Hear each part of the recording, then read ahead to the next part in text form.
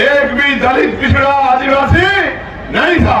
1928 में मैं अपने नेताओं को भी बता रहा हूं कि वो भी गौर से सुने। 1928 में बाबा साहब अम्बेडकर ने बहिष्कार धिक्कारणी महासभा के उसके बैनर तले मेमोरेंडम दिया ब्रिटिश काउंसिल को और कहा कि ये लोकतंत्र नहीं है, ये तो धनतंत्र है, पूंजीपतियों का, मनुवादियों का, सामंतवादियों का गठजोड़ है। आज भी हमारे लोगों को वोट का अधिकार नहीं है। आपको भारत के हालात का नहीं पता है। जब पूरी बात मेमोरेंडम में कही, उस मेमोरेंडम की जांच करने के लिए साइमन कमीशन भारत आया। जब साइमन कमीशन ने यहाँ की हिस्ट्री को देखा, यहाँ के हालात को देखा, यहाँ के लोगों से बात की, तो फिर 3 गोलमेज सम्मेलन हुए। उन 3 गोलमेज सम्मेलन में बाबा साहब अम्बेडकर ने हम लोग का प्रतिनिधित्व किया और बाबा साहब अम्बेडकर को कम्युनल अवार्ड मिला। जब बाबा साहब को कम्युनल अवार्ड मिला तो गांधी जी ने इलाहाबाद जेल में आंदोलन कर दिया और फिर 24 सितंबर 1932 में पूना पैक्ट हुआ, हमारे अधिकार छीन लिए गए। बाबा साहब ने तो ये कहा कि मैं एक फल लेकर आया था अपने गरीब समाज के लिए, इन मनुवादियों ने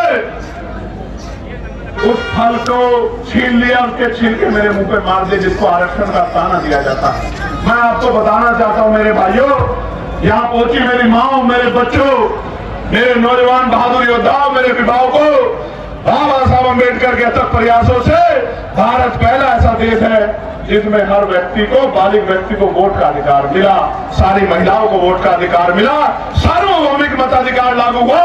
अमेरिका नहीं कर पाया आजादी के समय, संविधान लागू होने के समय ब्रिटेन नहीं कर पाया, यूरोप नहीं कर पाया, रूस नहीं कर पाया। ये अगर सामाजिक न्याय का चरित्र किसी में था तो आपके महापुरुषों में था, फूले में था, साहू में था, परियार में था, प्यारेलाल यादव में था, बाबू जगदेव प्रसाद कुशवाहा, जननायक कपूर ठाकुर में था और बाबा साहब अम्बेडकर जैसे महान पुरुषों में था, जिसकी बदौलत इस देश में कमजोर वर्गों के लोगों की इज्जत बनी। आज भी आप जाके देखो, जिस बस्ती में वोट नहीं है, न वहां बिजली है, न पानी है, न सड़क है, न रोजगार है, न साफ सफाई है, जानवरों से पूरा जीवन। बिहार के लोग जाके देखो मुसार, आपको पता लग जाएगा, अपने बॉर्डर में जाके देखो, आपको पता लग जाएगा। इसलिए मैं आपको कहना चाहता हूँ, मेरी इस बात को सुनना और अपने दिल पे हाथ रख के बताना कि जब 18 मार्च 1956 को बाबा साहब अम्बेडकर आगरा में सभा करते हुए कह रहे थे कि मैं बड़ी मुश्किल से तमाम तरह के अपमान सह के, आरोप सह के, अन्याय जुल्म सह के इस कारवा को वहां से यहाँ तक लेके आ पाया। अगर आप इसको आगे नहीं बढ़ा सकते तो इसको पीछे मत जाने देना। मेरे बच्चों रोते हुए कह रहे थे बाबा साहब, हमसे रो रहे थे बाबा साहब, और आपको मुझसे कह रहे थे कि मेरे बच्चों इस कारवा को पीछे मत जाने देना। और बाबा साहब ये कह रहे थे, गौर से सुनो नौजवानों, मेरे जिगर के टुकड़ों, गौर से सुनो। बाबा साहब कह रहे थे कि जब मैं अपने चारों तरफ देखता हूँ,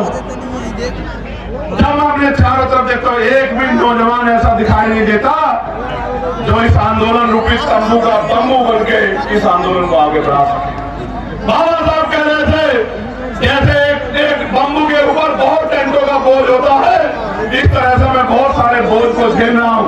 मैं बूढ़ा हो चला हूँ, शांति से मरना चाहता हूँ, लेकिन एक भी नौजवान मेरे आंदोलन को आगे बढ़ाने के लिए खड़ा नहीं हो रहा है। और आज मैं गौरवान्वित हूँ कि ये लाखों का समंदर और इसमें नौजवानों के लिए सर इनकलाब इस बात की गवाही दे रहा है कि हमने बाबा साहब के दम को मान लिया, हमने बाबा साहब अम्बेडकर के दम को मान लिया है और हमने बाबा साहब के पूरे सपने को पूरा करने का मन में ठान लिया है। अब इस लड़ाई को कोई नहीं रोक सकता, क्योंकि कहा गया है कि संघर्षों के साए में घनघोर जवानी पलती है और